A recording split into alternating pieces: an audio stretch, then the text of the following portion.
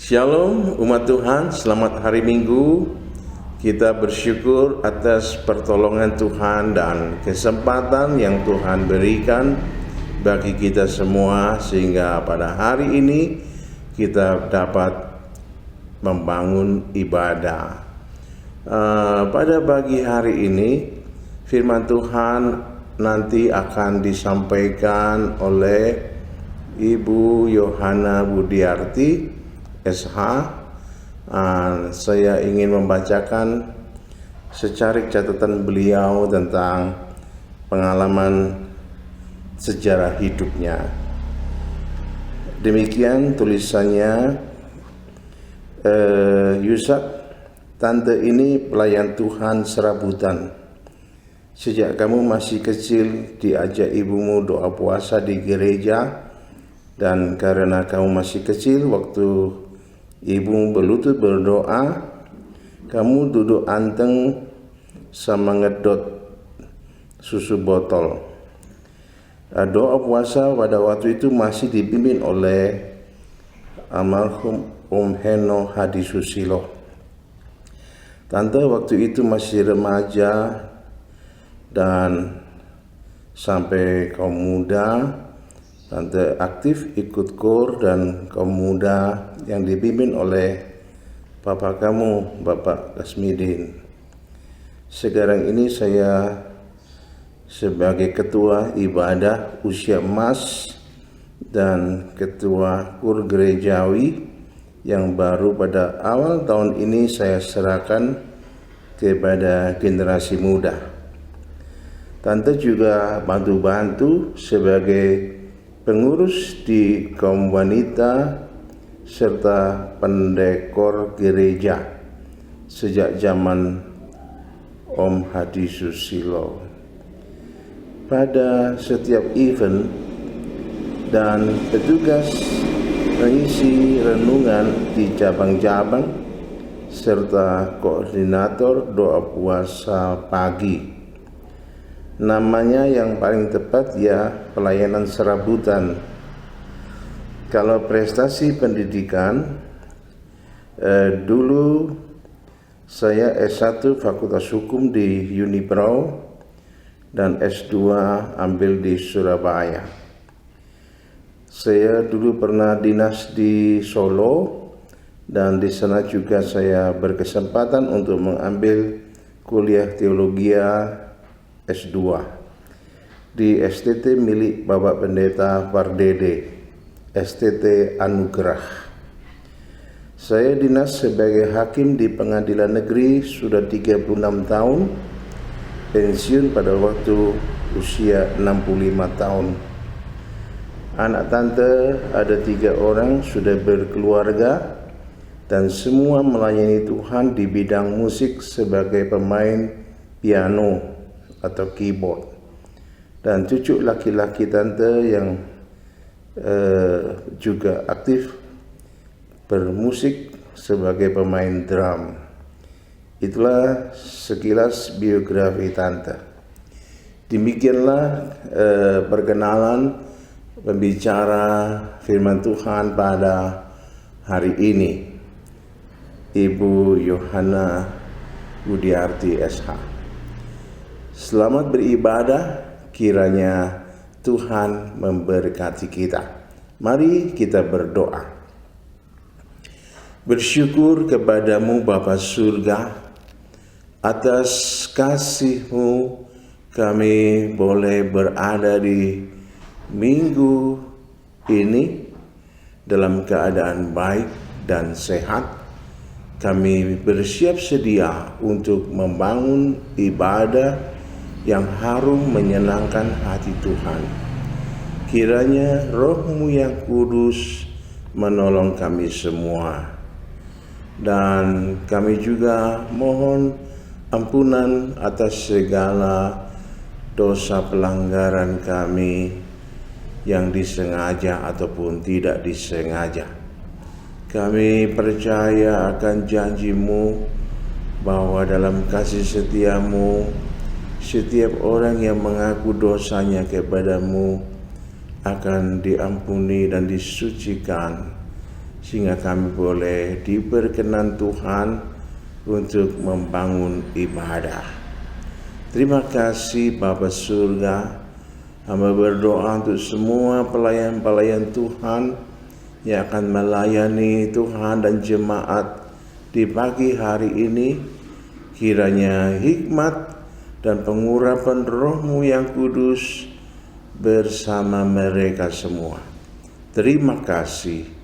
Di dalam nama Tuhan Yesus Kristus, kami bersama siap untuk membangun ibadah. Haleluya. Amin. Puji Tuhan. Shalom Bapak Ibu Saudara yang dikasihi Tuhan. Mengucap syukur kepada Tuhan sebab Tuhan Yesus begitu baik dan mengasihi kita semua. Kita ada sampai detik ini semua hanya karena anugerah-Nya. Sebagaimana Matius 6 ayat 33 berkata, tetapi carilah dahulu kerajaan Allah dan kebenaran-Nya, maka semuanya itu akan ditambahkannya kepadamu. Biarlah pada pagi hari ini kita boleh senantiasa menaikkan ucapan syukur kita di depan Tuhan, karena dengan ucapan syukur hadirat Tuhan ada di tengah-tengah kita, menguatkan dan memulihkan hidup kita. Terlalu banyak hal yang baik yang Tuhan kerjakan di dalam kehidupan kita, dan biarlah kita senantiasa mengucap syukur. Apapun boleh terjadi, tetapi Tuhan tidak pernah.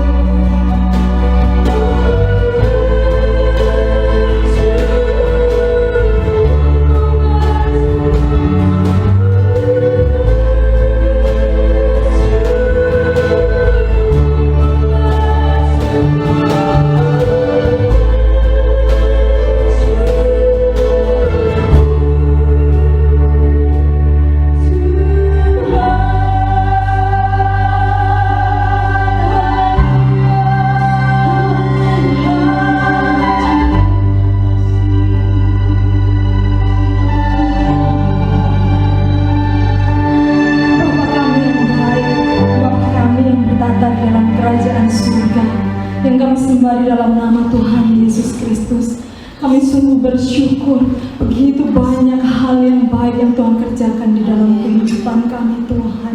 Engkau Allah yang penuh kasih setia, rahmat-Mu selalu baru setiap hari dalam kehidupan kami Tuhan. Kami percaya Engkau melawat setiap kami Tuhan, baik kami yang di rumah ke masing-masing Tuhan. Kami percaya ada hadirat Tuhan merawat setiap umat Tuhan, yang sakit disembuhkan, yang berbeban berat dikuatkan, yang kekurangan dicukupkan. Kami percaya mujizat Tuhan terjadi atas setiap umat Tuhan yang berharap dan percaya kepada Tuhan. Terima kasih Tuhan Yesus, terima kasih. Kami persembahkan setiap ibadah kami ini di dalam nama Tuhan Yesus Kristus. Haleluya, amin. Puji nama Tuhan. Tuhan Yesus begitu baik, begitu luar biasa. Dia ajaib, Dia sungguh nyata di dalam kehidupan anak-anak Tuhan yang percaya kepadanya. Kita akan sambung pujian dengan Yesus ajaib, Tuhan ajaib. Nikmati pujian ini, amin. Rasakan bahwa Tuhan. Haleluya. Katakan Yesus ajaib. Yesus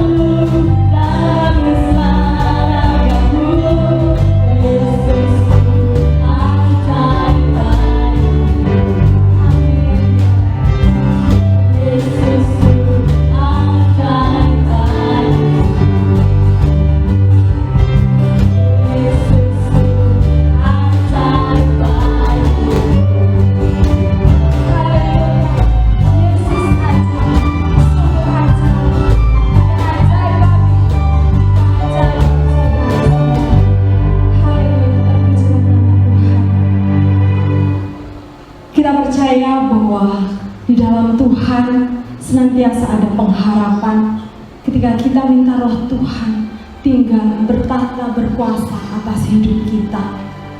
Sebentar kita akan menyambut kebenaran firman Tuhan.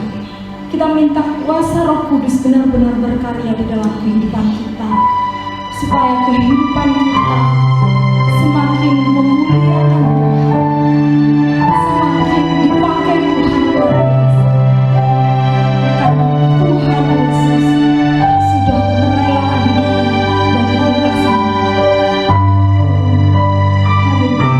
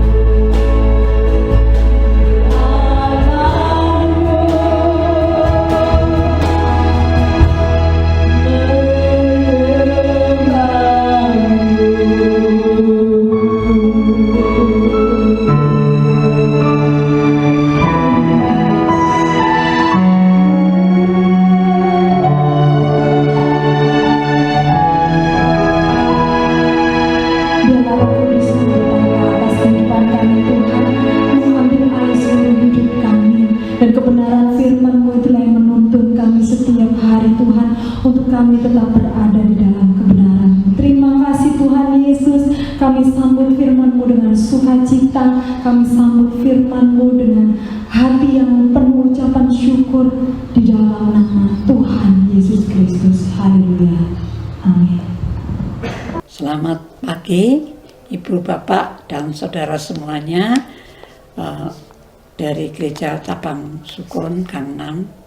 Puji Tuhan, senang sekali pada pagi hari ini boleh menyampaikan renungan firman Tuhan kepada jemaat yang dikasihi Tuhan. Nah, walaupun kita tidak bertemu muka dalam situasi pandemi ini, namun kita semua tahu bahwa apabila kita datang kepada Tuhan dan dengan sungguh-sungguh, maka pasti Dia juga ada di tengah-tengah kita. Oleh sebab itu, kita tetap harus menghormati hadirat Tuhan, walaupun kita berada di rumah kita masing-masing. Puji nama Tuhan. Pagi hari ini saya ingin menyampaikan firman Tuhan atau renungan tentang Tuhan hadir di tengah-tengah kita.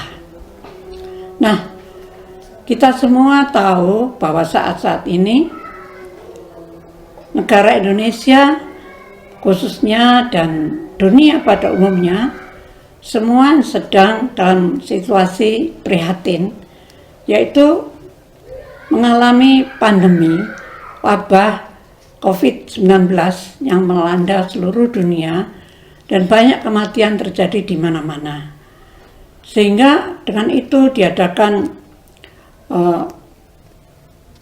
aturan-aturan dari tiap-tiap negara bagaimana untuk mencegah virus ini tidak terus menyebar, maka diadakan aturan-aturan. Nah, tiap-tiap bangsa mempunyai aturan-aturan sendiri yang mengatur warga negaranya.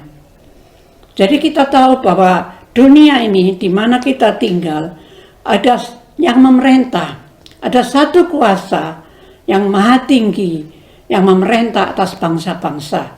Sebab kita semua tahu dan tentunya juga hafal di dalam kitab surat Roma pasal 13 ayat 1 sampai 2, di sana disebutkan bahwa setiap pemerintah itu ditetapkan oleh Allah. Tanpa kuasa dari Allah tidak ada pemerintahan yang telah ditetapkan. Sebab tiap-tiap pemerintah mengatur warga negaranya masing-masing dengan aturan-aturan, sehingga barang siapa melanggar pemerintah, dia juga melanggar perintah Allah. Sebab itu tiap-tiap negara mengatur tiap-tiap warga negaranya dengan baik. Itu karena ditentukan oleh Tuhan. Di situ nampak bahwa Allah hadir di tengah-tengah bangsa-bangsa, termasuk di Indonesia. Kita semua mendengar dari televisi bahwa warga negara Indonesia yang berada di luar negeri itu dipanggil untuk pulang ke Indonesia. Semuanya, baik itu tenaga kerja, baik ABK atau awak kapal yang ada di kapal-kapal asing, atau mahasiswa yang sedang kuliah atau mereka yang sedang bekerja, baik dari Afrika, baik dari Australia, baik dari Cina, dari Thailand, semua dipulangkan ke Indonesia dan dijemput oleh pesawat dan semuanya di karantina di suatu pulau sampai 14 hari. Di sana dideteksi kesehatannya agar pada saat dia balik di tengah-tengah keluarga dia tidak membawa virus. Karena apa? Karena negara Indonesia mengatur warga negaranya. Walaupun mereka berada di luar negeri, mereka dipanggil pulang untuk diatur di negara ini daripada mereka terkena wabah di negara asing. Nah, itulah sebabnya maka pemerintah saat ini mengadakan aturan-aturan supaya virus ini segera berhenti dan tidak menyebar kemana-mana. Nah, ini bukti dari kehadiran Allah yang memerintah isi dunia ini dan termasuk memerintah Indonesia. Itulah bukti Allah hadir karena ada aturan-aturan. Nah, kalau ibu bapak misalnya melihat di pasar ya, Kita melihat di situ dijual buah-buahan, sayur-sayuran setiap hari, dan yang membeli banyak sekali. Juga ikan-ikan apa saja ada. Tapi tidak pernah habis, yang makan banyak sekali. Juga kalau kita lihat di televisi, baik itu di Afrika maupun di negara-negara lain, pasar-pasar atau mall yang menjual bahan makanan itu selalu ada. Itu bukti bahwa Allah mengasihi umat ciptaannya. Dari bumi ini ditumbuhkan sayur-sayuran, biji-bijian, buah-buahan untuk dimakan manusia yang telah diciptakannya. Nah, ini bukti bahwa Allah hadir dan Allah memerintah dan ada di tengah bangsa-bangsa. Apa buktinya kalau Allah tidak hadir? Nah, di dalam kitab Kejadian 1 pasal 1 ayat 2, di situ dikatakan waktu Allah tidak hadir, dikatakan bumi belum berbentuk dan masih kosong. Gelap gulita menutupi samudra raya. Ini buktinya Allah tidak hadir, bumi masih kosong dan gelap gulita. Kemudian di kitab Nabi Yesaya di pasal 34 ayat 12 sampai 13 ditulis demikian. Yang Allah tidak hadir itu. Jin-jin akan diam di dalamnya. Dan para pemukanya akan tidak ada lagi. Tidak ada lagi di sana dimaklumkan sebagai raja. Dan semua pemimpinnya telah lenyap. Duri-duri akan tumbuh di purinya. Rumput dan putri malu di tempatnya berkubu sehingga menjadi tempat kediaman serigala dan lapangan bagi burung unta. Nah, ini tanda kalau Allah tidak hadir, ada kegelapan, ada jin-jin atau kuasa gelap, maupun ketidakteraturan, ada rumput duri, ada ona. Sebagai bukti Allah tidak ada di sana. Sebab itu kita sebagai umat Tuhan harus selalu menghadirkan hadirat Allah dalam hidup kita. Tanpa hadirat Allah di tengah-tengah hidup kita atau di tengah keluarga, di situ tidak ada damai, adanya kegelapan. Nah, kita akan melihat di dalam surat kiriman 2 Timotius 1 ayat 7 disebutkan di sana. Kalau Allah hadir, di situ ada ketertiban. Demikian bunyinya. Sebab Allah memberikan kepada kita bukan roh ketakutan, melainkan roh yang membangkitkan kekuatan dan ketertiban. Jadi sebagai bukti kalau Allah hadir, maka di sini kita akan merasakan ya bahwa roh ketakutan itu tidak ada lagi. Nah, sekarang ini banyak orang khawatir, takut, stres. Karena apa? Banyak kena PHK, orang-orang berjualan tidak boleh berjualan lagi, dan sebagainya, menjaga jarak, toko-toko ditutup, dan sebagainya. Banyak orang kehilangan pekerjaan, dan mereka merasa stres maupun depresi. Tapi kalau kita sadar, kita sebagai umat ketebusan Tuhan, yang ditebus dengan darah yang mahal, kita adalah miliknya, anaknya yang dikasihinya. Kita tidak perlu takut, ya. Sebab Tuhan memberikan kita bukan roh ketakutan, tapi roh yang membangkitkan kuasa, kekuatan, dan ketertiban. Jadi roh yang ada dalam diri kita sejak kita percaya dan menerima Yesus Kristus, Tuhan memberikan rohnya, memeteraikan dalam hidup kita. Dan roh itu tinggal dalam diri kita. Itu memberikan kita kekuatan dan ketertiban. Nah, oleh sebab itu, kita sebagai anak Tuhan harus hidup dengan kekuatan yang dari Tuhan setiap hari dan dengan ketertiban. Jadi kita harus punya ketertiban. Jadi tandanya apa? Kalau anak Tuhan yang punya hubungan dekat dengan Tuhan, dia tertib segala-galanya. Ya, tidak amburadul, rumahnya juga tertib, ya, kehidupannya juga tertib, ya, disiplin dalam doa, disiplin ibadah, dan selanjutnya. Itu buktinya bahwa Allah hadir di dalam hidupnya. Puji nama Tuhan.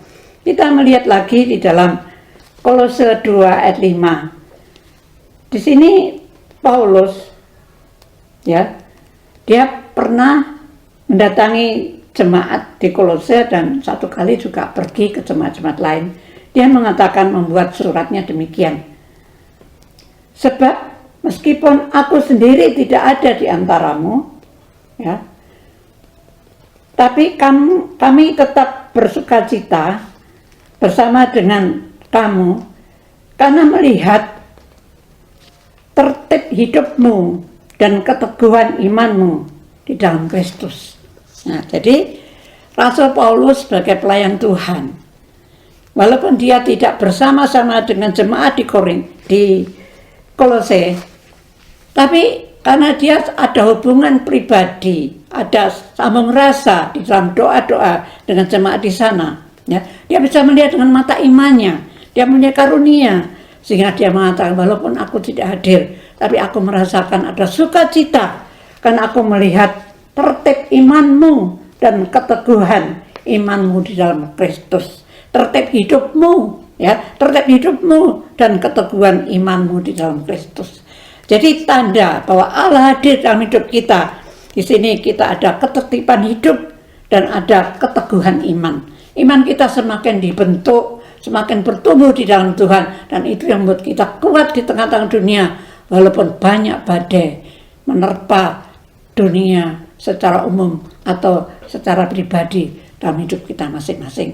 Orang dunia, orang yang tidak mengenal Kristus, yang tidak percaya, mereka boleh sedih, tapi kita tidak. Kita mempunyai satu kekuatan, kita punya satu kuasa, karena kita tahu Allah yang hadir adalah Allah yang mengendalikan setiap hidup kita. Dia Allah yang baik, Bapa yang bijaksana, yang mengasihi kita sebagai anak-anaknya.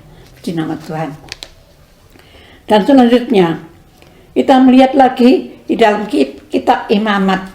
Di sana di dalam Perjanjian Lama pasal 26 ayat 12 sampai 13 disebutkan, tetapi aku akan hadir di tengah-tengahmu dan aku akan menjadi Allahmu dan kamu akan menjadi umatku. Akulah Tuhan Allahmu yang membawa kamu keluar dari tanah Mesir supaya kamu jangan lagi menjadi budak mereka. Aku telah mematahkan kayu kuk dari atasmu dan membuat kamu berjalan tegak. Nah, ini mengingatkan kita pada saat Israel mereka dalam perbudakan di tanah Mesir. Tuhan mendengar cerita mereka dan Tuhan telah mengeluarkan mereka dari tempat perbudakan itu. Tuhan membebaskan mereka dan menyatakan, akulah Allahmu dan kamu adalah umatku. Dan aku telah mematahkan kuk perhambaan dari dirimu dan membuat kamu berjalan tegak. Ini mengingatkan bahwa kita dulu adalah orang-orang yang diperbudak oleh dosa. Tinggal di Mesir, dalam dunia yang penuh dengan kejahatan ini, kita adalah budak dosa. Tapi oleh darah Yesus Kristus, kita ditebus, kita dikeluarkan dari perbudakan dosa, dan kita dijadikan umatnya, dan dia adalah Allah kita. Padahal dulu, dalam Perjanjian Lama, selain orang Israel, itu adalah orang-orang kafir, orang di luar Tuhan yang menyembah dewa-dewa, menyembah berhala. Itu adalah kekejian di hadapan Tuhan. Tetapi hanya umat pilihan, yaitu umat Israel yang menjadi umatnya. Tapi dengan perjanjian baru, karena Yesus Kristus, dia wafat di atas kayu salib menggantikan hukuman kita sebagai orang berdosa, maka kita dibenarkan oleh ketebusan darahnya, dan kita dijadikan anak-anak yang dikasihnya. Oleh sebab itu, Tuhan mau supaya kita tidak lagi menjadi hamba dosa, tidak menjadi budak dosa, tapi kita dibebaskan. Kita membebaskan diri dan tidak melakukan lagi dosa-dosa yang biasa kita lakukan dahulu waktu kita dalam perbudakan. Puji nama Tuhan. Sebagai ayat penutup, saya akan bacakan dalam Yohanes 15 ayat 4 dan 5. Tinggallah di dalam aku dan aku di dalam kamu. Sama seperti ranting-ranting tidak dapat berbuah dari dirinya sendiri kalau ia tidak tinggal pada pokok anggur. Demikian juga kamu tidak berbuah jikalau kamu tidak tinggal di dalam aku. Akulah pokok anggur dan kamulah ranting-rantingnya. Barang siapa tinggal di dalam aku dan aku di dalam dia, ia berbuah banyak, sebab di luar aku kamu tidak dapat berbuat apa-apa. Ini adalah firman Tuhan yang dapat kita pegang. Kalau kita merasa bahwa kita ada ranting-ranting dari pokok anggur yang benar, yaitu Yesus Kristus sendiri. Dikatakan dalam ayat 1, akulah pokok anggur, Bapakkulah pengusahanya. Ya, kalau kita melihat ada pengusaha di dunia ini, dia masih bisa bangkrut. Ya, tapi kalau pengusahanya adalah Bapa di surga, itu tidak akan pernah bangkrut. Ya, Yesus Kristus adalah pokok anggur dan kita adalah disebut ranting-rantingnya. Dikatakan kita harus melekat pada pokok itu untuk mendapat sari-sari kehidupannya, untuk mendapat kehidupan dari pokok anggur itu, sehingga kita tetap akan mengeluarkan buah-buah yang berguna. Ya, kita semua tahu bahwa dalam Mazmur 1 ayat 1 sampai 3 yang disebutkan sampai 4 dikatakan bahwa berbahagialah orang yang tidak berdiri di jalan orang berdosa, yang tidak duduk di kumpulan orang pencemooh, tapi yang kesukaannya adalah firman Tuhan dan yang merenungkannya siang dan malam. Dia bagaikan pohon yang ditanam di tepi aliran air, yang selalu berbuah pada musimnya dan tidak pernah layu daunnya, karena apa saja yang diperbuatnya berhasil. Nah, supaya bisa berhasil, maka harus tetap tinggal di pokok air kehidupan, yaitu Yesus Kristus sendiri. Dia adalah pokok anggur yang memberikan kehidupan, dan kita harus melekat erat. Oleh sebab itu, melalui firman Tuhan ini, kita diingatkan supaya Allah hadir dalam hidup kita, supaya kita ada persekutuan dengan Dia, kita selalu melekat, selalu dekat dengan Tuhan. Supaya itu adakanlah waktu khusus bagi Tuhan. Setiap hari, paling tidak 30 menit, adakan waktu menyendiri bersama Tuhan, menyembah Dia, bersyukur kepadanya, melekat kepada pokok anggur yang benar. Kita akan dapat kekuatan yang baru, dan kita tidak akan dilemahkan oleh badai yang menimpa dunia ini. Bahkan kita dipelihara oleh kasih-Nya. Puji nama Tuhan. Mari kita berdoa. Bapa yang di surga, hamba mengucapkan syukur dan terima kasih. Ini Allah yang begitu baik, Allah yang sempurna, Allah yang memerintah dunia ini dengan kuasa. Dan kami yang telah Kau tebus dengan darah yang mahal, Kau jadikan kami orang-orang yang Kau benarkan oleh pengorbanan-Mu, dan kami boleh disebut sebagai anak-anak-Mu. Kami merasa dipelihara oleh Tuhan, kami dijaga oleh kasih-Mu, dan firman-Mu mengatakan supaya kami melekat dengan Engkau, supaya kami boleh selalu menghadirkan Tuhan dalam hidup kami, karena dengan kehadiran-Mu memberikan kami kekuatan dan kuasa untuk menang dari segala pencobaan yang ada di dunia ini. Kau akan menguatkan iman kami, dan kami akan terus melayani Engkau sampai Tuhan datang kembali. Sehingga dari hidup kami akan mengeluarkan buah-buah yang banyak, buah-buah kehidupan yang boleh menyenangkan hati Tuhan. Bagimulah hormat, kemuliaan, dan ucapan syukur. Kami mohon berkat untuk hamba-hamba-Mu yang melayani pekerjaan Tuhan sampai tercapainya rekaman ini. Juga Bapak Yusak Kasmidin bersama istri. Oh Tuhan, Engkau juga tolong berikan kekuatan yang baru, kesehatan, juga segala berkat yang terbaik dari surga Engkau limpahkan kepadanya. Jemaat yang mendengarkan rekaman ini, kiranya kasih Allah dari surga akan mengalir dalam kehidupan Bapak Ibu Saudara semua, dan kasih dari Yesus Kristus akan melimpah dan menjaga Bapak Ibu semua, dan persekutuan Roh Kudus akan menyertai saudara semua mulai saat ini sampai Tuhan Yesus datang kembali. Amin. Pengumuman Jemaat GBT Kristus Pelepas Cabang Sukun yang terkasih, bagi jemaat yang rindu untuk tetap menabur, kami sungguh menghargai pemberian jemaat dalam membantu kebutuhan pelayanan yang besar di tempat ini. Untuk persembahan persepuluhan, kolekte 1, kolekte 2, dan renovasi atau jenis persembahan yang lain bisa dibawa ke gereja setiap hari.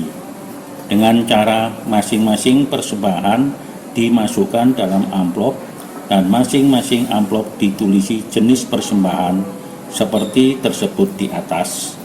Lalu masukkan ke kotak persembahan yang sudah disediakan di gereja.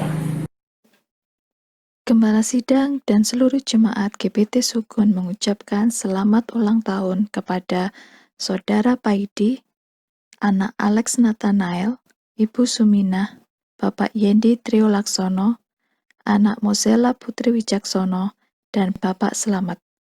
Karena panjang umur dan lanjut usia serta sejahtera akan ditambahkannya kepadamu. Amsal 3 ayat 2. Haleluya. Bapa surga, kami berdoa bagi saudara-saudara kami jemaat Tuhan yang usia lanjut, yang karena kondisi fisiknya tidak bisa datang ke gereja, tidak dapat beraktivitas leluasa. Oh Tuhan, kiranya Roh-Mu yang kudus memberikan penghiburan, memberikan kekuatan dalam batin mereka, untuk mereka terus memandang kepadamu, berseru menyembah mengagungkan Tuhan. Dalam ketidakberdayaan mereka, kasih-Mu membalut hati dan pikiran mereka.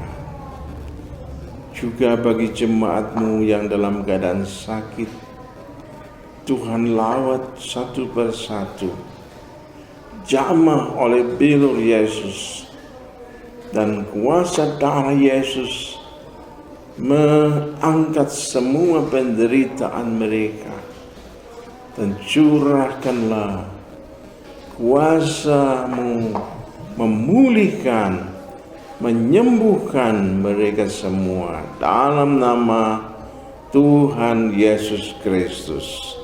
Terima kasih Bapa, kami percaya kasih dan kuasa-Mu membalut hati, pikiran, dan menyembuhkan tubuh mereka semua.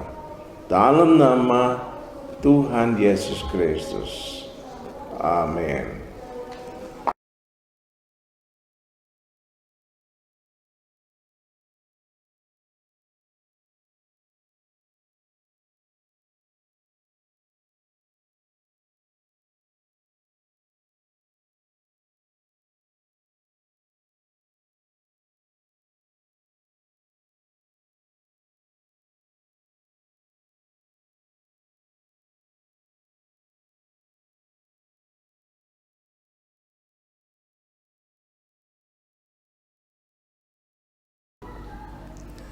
Puji Tuhan, Tuhan telah menolong kita semua dalam membangun ibadah di pagi hari ini, dan mari kita akhiri dengan doa berkat.